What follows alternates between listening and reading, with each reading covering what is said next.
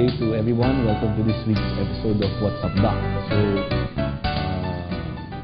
our topic for this week, no, medyo may iba po tayo ng konti with our regards to our past episodes. So, our topic today is about child learning. No? So, how does a child learn? Okay, it's not about education. No? It's not about school. It's about how does a child learn. Okay, so sabi nga po nila, ang mga bata may kanya-kanyang style of learning. Okay? Yung iba, sabi nga nila, natututo visually. Yung iba natututo by sound. Yung iba natututo by touch. So, marami pong aspeto ang child learning, or how does a child learn from magmula kapapanganak niyan hanggang at a certain age. May tinatawag tayong mga learning stages yan. No? So, yan po ang pag-uusapan natin this episode. How do we go about it? Ano ba yung mga technique? Ano ba yung mga services na ma-offer natin ngayon for a child, no? on their learning abilities and also with their learning disabilities. Okay? So, we will also tackle the learning institutions here in our country, dahil kukumpara po natin, no? Dahil hindi tayo sure, are we at par with our neighbors, with our ASEAN neighbors, no? Dati, sabi nila, Pilipinas, dito lahat pupunta ang mga mag-aaral from other parts of the ASEAN region. They go here to study, but at this stage, nabibigay ba natin yung ganyang serbisyo sa ating mga institutions? Okay, so yan po ang itatakal natin ngayon. Okay, so just stick around. So we'll be right back.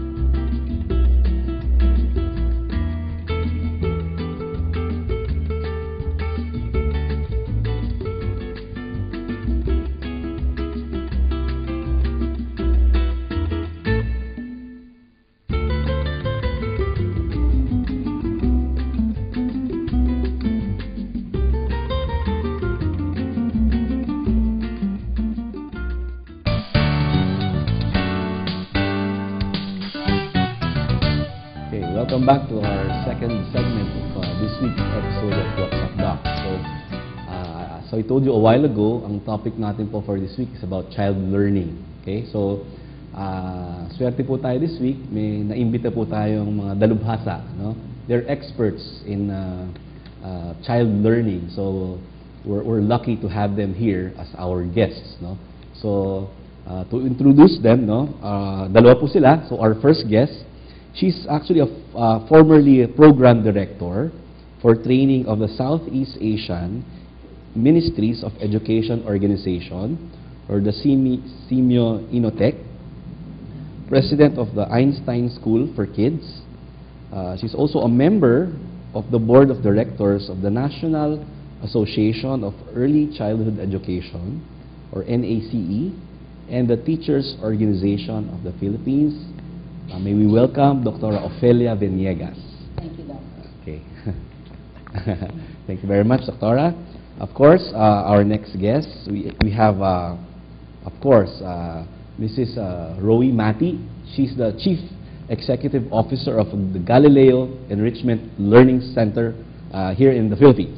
Okay, welcome, Dr. Thank you for inviting us here. Okay, thank you. Okay, so pag-usapan naman natin po, no, as I told you a while ago, child learning. So may kanya-kanya ho kasing style, no, ang pagtuturo. Pero I'll first ask a question to Dr. Felia. How do children learn, Dr.? Yan ang first question ko. Okay. Napansin mo naman siguro, may anak ka, di ba? Opo. Okay. So, children do learn differently in Okay. many different ways actually. So, may anak ka na mas gusto niya yung nakikinig na lang sa'yo. Okay. Meron sigurong gusto, gawin ko na lang, Dad. Bakit mo pa sasabihin sa akin? Yung mga ganun. O kaya sasabihin niya, basahin ko na lang yung instructions. So, nakita mo, tatlong bata, iba-iba yung ways of learning. So, dapat ang teacher, alam niya yung ways of learning para sa ganun, pag nasa classroom na siya, madali niyang ma-reach yung bawat bata. Okay. Kasi ang nangyayari po ngayon, Doktora, they're in one room, 30, 40, 50 kids in one room. Ang nangyayari po, bombard na lang tayo ng bombard ng information. And then, yung reception ng bata, siyempre, iba-iba pala ang, yung iba gusto naririnig, yung iba gusto nakikita, yung iba gusto na-feel nila, or sa gawa. So, kaya kung minsan, ang hirap i-assess ng bata, kung anong style sila of learning. So, Mrs. Mati, ano bang mga types? Yun na nga, it's really important Yeah. to have a very good teacher Okay. na talagang graduate ng education dahil nga maraming learning styles. As you mentioned earlier, yun na nga, there are children who learn through seeing. Okay. There are children who learn through listening. So, kailangan naririnig nila. There are children who learn through touching things. So, kailangan na iintindihan ng teacher yon. Kailangan nangyayari din yon sa classroom, no? Para kung iba-iba yung ways na matuto yung bata, lahat yun nagagawa sa classroom para lahat ng bata natututo dun sa way na dapat sila matuto. At saka importante alam ng bata yon because, alam ng teacher, because that's the more the teacher knows this, the faster the child will learn. No? Okay. That's very true, no? At hindi lang yung teacher nakakalam dapat tayo, pati yung bata. Kasi mas maganda kung alam din niya kung ano yung learning style preference niya. Okay? So, tatlo kami mention natin, visual, auditory, kinesthetic. Meron isang pang-apat din yan, yung logical learner. Logical. Gusto niya patterns ang kanyang. Oo, kaya yun yung pang-apat na klase ng style, di ba? Okay. So kasi kung minsan yung mga bata, hindi natin alam kung ano yung talaga yung full potential nila. Sometimes may ibang bata na tineturn natin as, uy, mahina tong batang to. Parang ini-stereotype natin sila kaagad. Pero yun nga, with regards to these types of learning na na-mention na, paano ba natin nalalaman? Paano po ba natin nalalaman? So, syempre, Opo. sinabi natin visual. Opo. Actually, pag ang bata, napapansin mo na mahilig siya na makita. Opo. Okay. So, visual talaga yan. Visual. Kaya kailangan itutugon natin dyan, marami tayong pictures, Oh. drawing, mga ganyan. Kasi the child learns through the visuals that the teacher shows. Ganun. Yung pangalawa naman ay sa auditory. So, may mga teachers na puro lecture na lang ang ginagawa, di ba? Kaya, pero nakita natin kasi, karamihan sa mga bata ay, hanggang sa pagtanda kasi, ay nasanay na sa auditory dahil yung teachers ngayon, ay kung natuto sila through lectures, parang ganun din ang gusto nilang gawin sa mga classrooms nila. Tapos yung kinesthetic naman, kailangan kasi itry nila, no? Pero, mahirap yata gawin yun, di ba? So, dahil tatlo yan, paano ko alam na yung 40, I have a class of 40, how can I address the learning styles of all 40? Oo, napakahirap diba? na siguro. Kasi sinasabi ng mga supervisor natin, you should teach to the styles of the children. So, ang aking payo dyan usually is balansehin mo. Pag meron kang activity, may concept to be learned, if there's a skill to be developed, kailangan yung activities ay balanse. Meron kang activities that would address yung visual learners, activities that would address the auditory learners. Meron ding activities that address the kinesthetic. Pare-parehong concept dinedevelop. Yan. Sabay-sabay yan na kaya ginugroup sila. Di ba, nung bata ka siguro, nandun ka sa row A. Ay, hindi. Row 4. Row 4 ako doon. Me, I'm more of, kinesthetic ako. I remember, gusto ko, magawa ko yung activity, ma-feel ko. That's why probably I became a surgeon. I want to feel to feel things, no?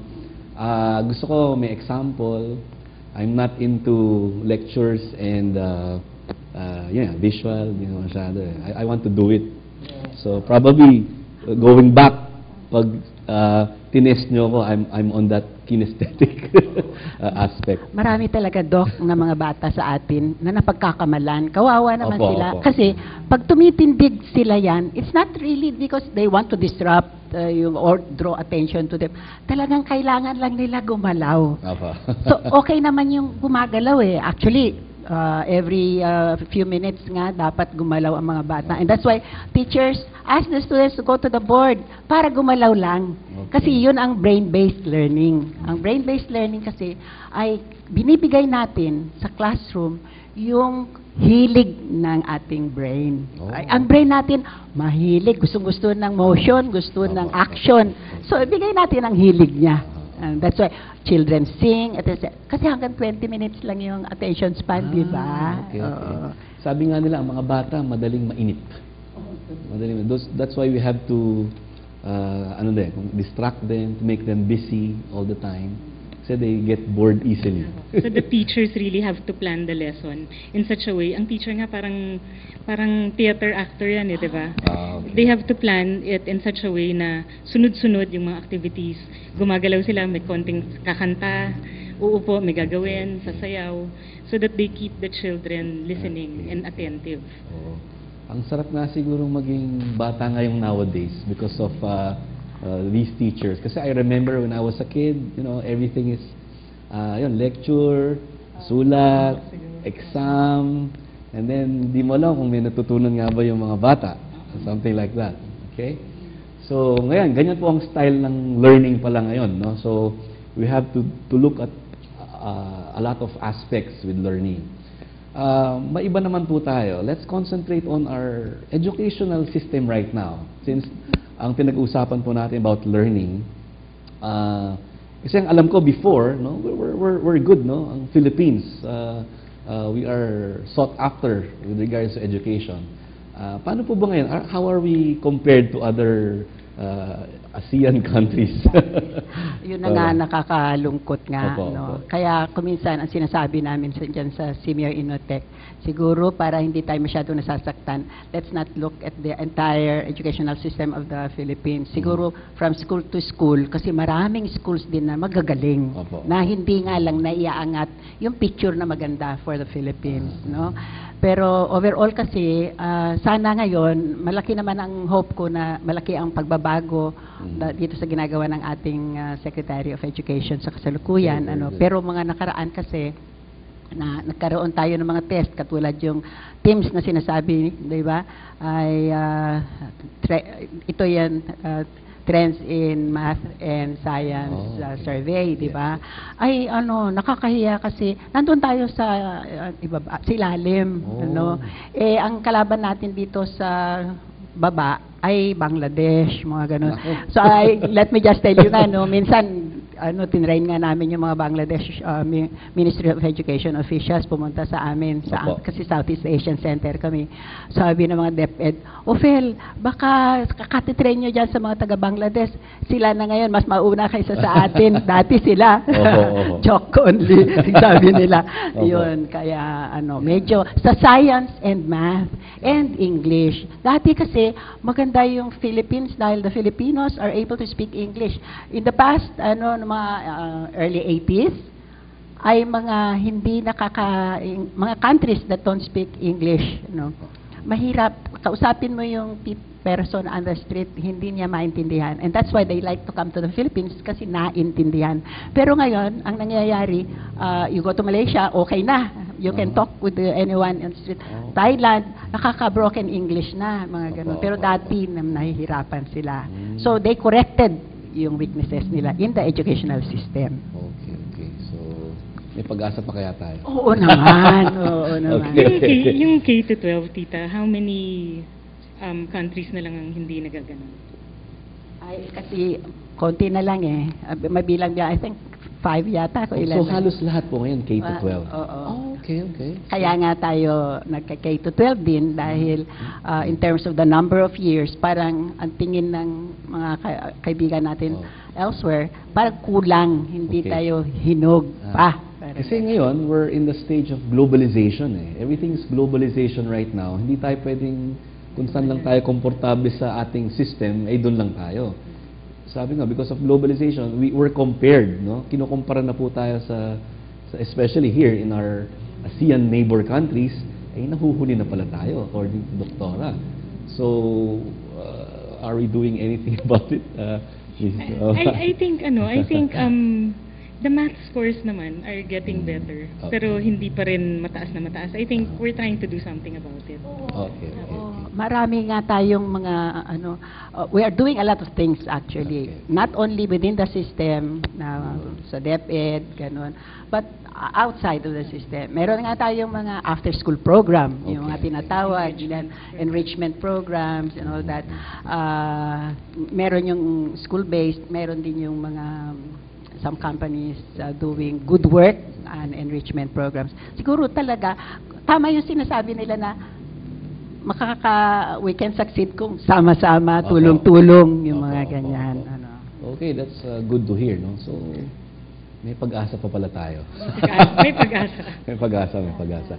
Okay, so that's just a brief profile, a preview of our topic this week, no? So nalaman po natin na different styles of learning of kids, no? Kailangan naka-pattern po 'yan sa kakayahan ng bata. And then comparing to other countries, talagang we need to do more. Okay? So see you on the next segment. So we'll be right back.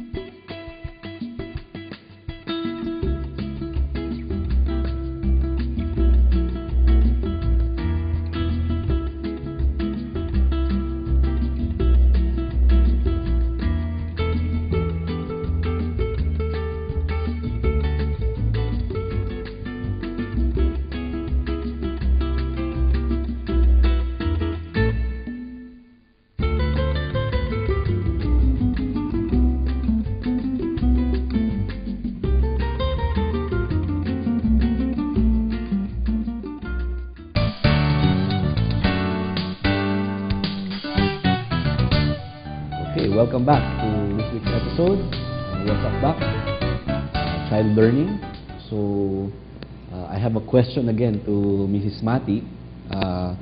So, what's an enrichment learning program? An enrichment program is something that the children attend after classes. So the children are assumed to be going to school already. Okay. Or if they're too young, hindi pa nag-aaral, but they want to do something, no? This helps the children master. Like for Galileo, we have math and